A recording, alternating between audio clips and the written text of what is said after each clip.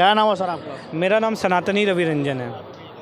वक्फ board bill केंद्र सरकार लेके आ रही है और मुसलमान और वक्फ बोर्ड के जितने कर्मचारी हैं वो ये कह रहे हैं क्या वक्फ बोर्ड अगर आ गया तो मुसलमानों की मस्जिद से लेकर मदरसा से लेकर तमाम ऐसे कब्रिस्तान है वो छीन लिया जाएगा। ऐसे भ्रम जो है उन मौलाना मुफ्ती डाल रहे हैं। क्या लगता है आपको, क्या वक्फ बोर्ड के अंदर ऐसा कुछ है? देखो, सबसे पहली बात, देखो जो मुसलमान कह रहे हैं, सबसे पहले तो उनको एक चीज़ मैं बोलूँगा, मौलवियों की बात ना सुने और अलगाववादी नेताओं की बात ना सुने। कहीं किसी का हक नहीं छीना जाएगा, कहीं किसी को मारा पीटा नहीं जाएगा, ठीक है। हाँ, लेकिन जो अवैध रूप से वक्फ बोर्ड ने प्रॉपर्टी पे कब्जा किया है वो तो ज़रूर लिया जाएगा, ठीक है ना। आप एक बात बताओ, जो आपका जेन्युइन है आप ले लो, लेकिन जो जेन्युइन नहीं है वो कैसे लोगे, ठीक है ना। और कई ऐसी ज़मीनें हैं जिसका दस्तावेज वक्फ बोर्ड के पास है ही नहीं, ठीक है, तो क्यों उस ज़मीन को दिया जाए वक्फ बोर्ड को? सरकार को देना। और जो वक्फ बोर्ड की बात कर रहे हैं, वक्फ बोर्ड सरकार से तो पढ़े नहीं है, सरकार से पढ़े नहीं है, कानून से पढ़े नहीं है, संविधान से पढ़े नहीं है, ठीक है ना। तो संविधान में ही निहित है वक्फ बोर्ड, ठीक है ना।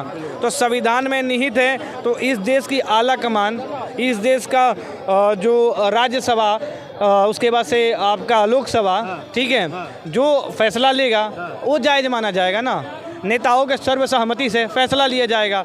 आप वक्फ बोर्ड के नाम पे किसी हिंदू के घर पे जाके दावा ठोक दे रहे हो, आप वक्फ बोर्ड के नाम पे हिंदू के घर के बाद से आप कहीं भी किसी भी ज़मीन पर दावा ठोक दे रहे हो, ये गलत है। जो आपका जेन्युइन है लो आप, उससे कोई दिक्कत नहीं है, लेकिन जो जेन्युइन नहीं है उसमें क्यों आप ये कर रहे हो बहस। और पहली बात ये चीज़ आ रही है, चलो हिंदुस्तान की ज़मीनों पर जो मुसलमान यहाँ से छोड़ के गए वो तो वक्फ बोर्ड का हो गया, मैं मान लेता हूँ।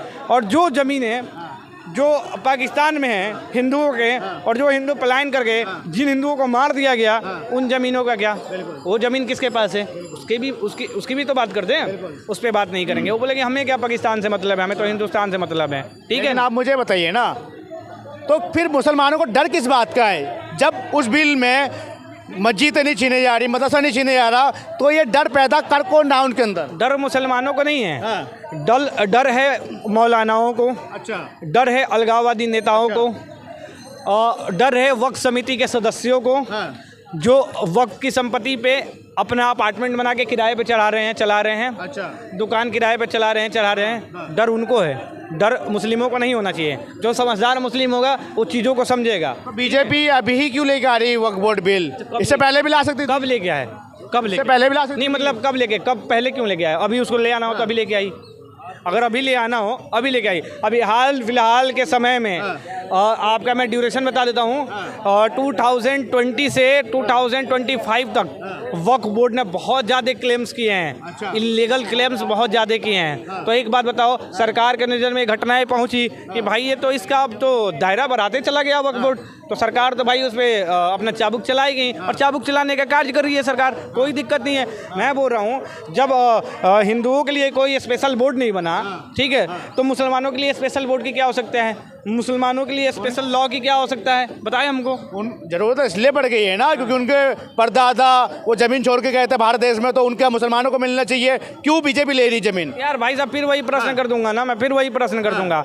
और जो हिंदू पाकिस्तान से पलायन करे हैं, मैं सारे मुसलमानों से प्रश्न करना चाहता हूँ। जो हिंदू पाकिस्तान से पलायन करे हैं, जिन हिंदुओं को मार दिया गया पाकिस्तान में, उन हिंदुओं की ज़मीन के बारे में क्या बोलना चाह रहे हैं इस देश के मुसलमान, ये बता दें। उनसे मतलब क्या? हिंदू का हिंदुस्तान मुसलमान बना दोगलापना, यही दोगलापना है ना। जमींदार था क्या इनका? अल्लाह इनका जमींदार था क्या? सारी फर्ज अल्लाह के नाम है, सारे कागज अल्लाह के नाम है। वो तो कह रहे गैर मुसलमान मैं कतई बर्दाश्त नहीं करूंगा इस वक्फ बोर्ड बिल के अंदर पे। हाँ तो बिल हमने तो बर्दाश्त नहीं करना, हम हिंदू वक्फ बोर्ड को ही बर्दाश्त नहीं करेंगे, ठीक है ना। सारे अमेंडमेंट की बात हो रही है, 40 अमेंडमेंट क्या, मैं तो बोलूंगा कि वक्फ बोर्ड को ही निरस्त कर देना चाहिए। ये 40 अमेंडमेंट क्या करना है इस देश में? वक्फ बोर्ड की आवश्यकता ही क्या है? आप अल्पसंख्यक बोलते हो, ये बोलते हो, ये फलाना बिल, ये सब आपके नाम पे बन गया। मुसलमानों पर अत्याचार नहीं हो रहा? कौन सा अत्याचार हो रहा है? कभी औरंगजेब का मामला लिया, ये देखो, संभल का मामला लिया, ये देखो, ये अच्छा, कभी वक्फ बोर्ड के अच्छा, मामले तो एक बात बताओ, औरंगजेब कौन है? कौन था? आक्रांता था ना। तो उनको इस देश के मुसलमानों से क्यों जोड़ रहे हो? मंदिरें बनाई है औरंगजेब ने, मंदिरें बना दी। मुसलमान कहता मंदिरें बनाई। सर सुनो, औरंगजेब के लिए एक शब्द बोलूंगा, बहुत जीडी भी अच्छा था उसके, बहुत छोटा सा शब्द है, औरंगजेब के लिए बोलूंगा। औरंगजेब एक नंबर का चादर मोड़ था, ठीक है, चादर मोड़ का अर्थ आप पता कर लीजिएगा। और दूसरा बात ये बोलूंगा, औरंगजेब जैसे आक्रांता को इस देश में एक ये बोला जाता ना, एक बीता भी ज़मीन नहीं देनी चाहिए। और जहाँ पे औरंगजेब की मजार बनी है औरंगाबाद में, मैं बोलूँगा वहाँ पे बनाइए शौचालय। और 100 करोड़ हिंदू अगर एक बार जाके 1 रुपए के हिसाब से अगर मूतेंगे ना, तो 100 करोड़ प्लस का रेवेन्यू जनरेट हो जाएगा वहाँ पे, ठीक है ना। ठीक है, तो वहाँ पे औरंगजेब की मजार की आवश्यकता नहीं है, वैसे आक्रांता की मजार की कोई आवश्यकता नहीं है इस देश में। और चाहे इस देश में मुगलों से जुड़ी हुई कोई भी चीज़ हो, उसकी आवश्यकता नहीं है, चाहे वो अकबर रोड हो, चाहे बाबर रोड हो, चाहे हुमायूं रोड हो, ये कोई भी नहीं होना चाहिए। अगर इस देश में मुसलमानों के नाम पे होना चाहिए तो बता रहा हूँ कैसे मुसलमानों के नाम पे होना चाहिए। आपको APJ अब्दुल कलाम जी के नाम पे सड़क बनवानी हो, सड़क का नाम रखना हो, रखिए, हम हिंदू आपके साथ हैं, ठीक है ना। उसके बाद से आते हैं बिस्मिल्लाह खान जी के नाम पे आपको सड़क का नाम रखना है, बनाइए, हम आपके साथ हैं, ठीक है। वीर अब्दुल हमीद जी के नाम पे सड़क का नाम बनवाइए, हम आपके साथ हैं। लेकिन ये आक्रांताओं के नाम पे सड़क की नाम रखी जाएगी, हॉस्पिटल की नाम रखी जाएगी, स्कूल की नाम रखी जाएगी, तो मैं इसका विरोध करता हूँ। और कहीं ना कहीं अभी हमारे 2-4 भाई जाके अभी लीपापोती कर रहे हैं ना, तो लीपापोती कर रहे हैं, हम बोर्ड उखाड़ के लाएंगे। आप मुझे बताओ, 1994 में वक्फ बोर्ड आया, 1964 में वक्फ बोर्ड को मिल गया, हक मिल गया उनको संविधान पे। 1995 में कांग्रेस दोबारा आई, उसको पूरा हक दे दिया। 2013 में मनमोहन सिंह सरकार पे पूरा का पूरा अधिकार वक्फ बोर्ड को दे दिया। क्या ये सिर्फ तुष्टीकरण की राजनीति थी या नहीं? तुष्टीकरण की ही तो राजनीति है, ये तो तुष्टीकरण की ही तो राजनीति है। तो एक कौम को खुश करने के लिए आप उसको एक से बढ़ के एक विशेषाधिकार दे रहे हो, और एक कौम से आप सिर्फ टैक्स वसूली कर रहे हो। सबसे ज़्यादा आप एक बात बता रहा हूँ, हिंदुओं से टैक्स वसूली किया गया है, खाली हिंदुओं को कुछ नहीं दिया गया, ठीक है ना। आप देखो, कांग्रेस सरकार ने मुसलमानों को आगे बढ़ाने के लिए मुसलमानों को वक्फ बोर्ड दे दिया, ठीक है ना, मुस्लिम पर्सनल लॉ बोर्ड दे दिया, शरिया जैसा कानून हो गया उनके पास, ठीक है। और जब हिंदुओं की बात आती है तो हिंदुओं से एक ही चीज़ बोल दिया जाता है, सबसे पहले तो ये आपकी मंदिर है ना, मंदिर से टैक्स दीजिए। अरे भाई साहब, कौन सी मस्जिद है जो टैक्स देती है?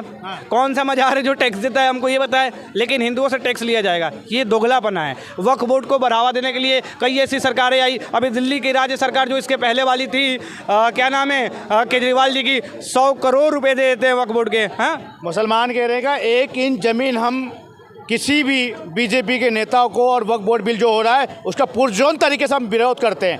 और मुसलमान ये भी कहते थे कि जो बाबरी मस्जिद है ना, उसको ध्वस्त नहीं होने देंगे, वो बाबरी मस्जिद ही रहेंगी। हम लोगों ने ले लिया, माननीय न्यायालय के अनुमति से हम लोगों ने ले लिया, और वहाँ पे हम लोगों ने राम मंदिर बनवाया, ठीक है ना। उसी प्रकार से हम वक्फ बोर्ड का भी खात्मा करवाएंगे, वक्फ बोर्ड को भी नहीं छोड़ेंगे, ठीक है। उसके बाद से ऐसी कई मंदिरें हैं, उसको भी कोर्ट के अनुसार, कोर्ट के अनुमति के अनुसार लेके रहेंगे, छोड़ेंगे नहीं। जो हम हिंदुओं का हक है वो हम लेके रहेंगे। 2 मिनट, क्या नाम है भाई साहब? इधर आओ, 2 मिनट इधर आओ। क्या नाम हुआ आपका? मेरा नाम निशांत शर्मा है। कहाँ के रहने वाले हो? मैं तो बिहार का रहने वाला। आप मुझे बताओ, केंद्र सरकार जो है वक्फ बोर्ड बिल लेके आ रही है, क्या लेके आना सही है या नहीं? वक्फ बोर्ड बिल लेके आ रहे, सही है ये बिल, सही है, बिल्कुल सही है। लेकिन मुसलमान तो कह रहे हैं कि हमारे पर अत्याचार हो रहा है, वक्फ बोर्ड बिल को हम पुरजोर तरीके से विरोध। यहाँ हिंदू मुस्लिम वाली बात तो होनी नहीं चाहिए, यहाँ भारतीयता की बात होनी चाहिए। हम लोग चाहे हिंदू या मुस्लिम हो, यहाँ भारतीय हैं हम लोग। अच्छा, हम लोग इंडियन हैं। अच्छा, तो यहाँ जो मुस्लिम भाई रह रहे हैं उनको ज़्यादातर मतलब अपने जो भारत है उसको देखना चाहिए। अच्छा, भारत ना देखना चाहिए। हाँ, ना कि दूसरे कंट्री के बारे में ज़्यादा हम बढ़ा चढ़ा कर बातें करें। क्या मुसलमानों को हक नहीं है? कैसे बात कर रहे हो? तो मुसलमानों को आगे तो भारत में तो रहेंगे, उनको भारत थोड़ी दूर भेजा जा रहा है। भारत से अलग थोड़ी भेजा जा रहा है। एक बार वक्फ बोर्ड बिल लाने की जरूरत क्या पड़ गई? अब देखिए, वक्फ बोर्ड लाने की बिल जो है वो हमारे जो भी माननीय राजनीति करने वाले लोग हैं उन लोगों का अपने अपना विचार है। अच्छा, हम लोगों को तो इतना इसके बारे में नॉलेज नहीं है। क्या नाम हुआ सर आपका? क्या नाम हुआ सर आपका? क्या नाम हुआ? पंडित मनोज शर्मा। आप मुझे बताओ, जिस प्रकार वक्फ बोर्ड भारत में है, जी, सनातन बोर्ड होना चाहिए या नहीं? नहीं, सनातन बोर्ड होना ही चाहिए। ये सनातन भूमि है, ये भारत भूमि है, यह देवताओं की भूमि है, और ये हिंदुस्तान है। यहाँ पर अनर्गल किसी के साथ नहीं हो रहा है, गलत किसी के साथ नहीं हो रहा है। जो गलत हुआ है उसी का सुधार हो रहा है। सुधार हो रहा है, जी हाँ। अब उसको लोग चाहे जो रंग दे दें, चाहे जिस लफ्ज में उसको बयां कर दें, चाहे जो भी कहे, लेकिन जो त्रुटियां हो चुकी हैं वो अगेन रिपीट ना हो, उसके लिए वो ऐसा बिल हाँ वो पास किया जा रहा है। बाकी और कुछ नहीं है। जो है सबसे बढ़िया है। तो आप देखते रहिए दिल्ली संस्कृति न्यूज़ चैनल, लाइक शेयर दबाए करिएगा। मिलते हैं हम नेक्स्ट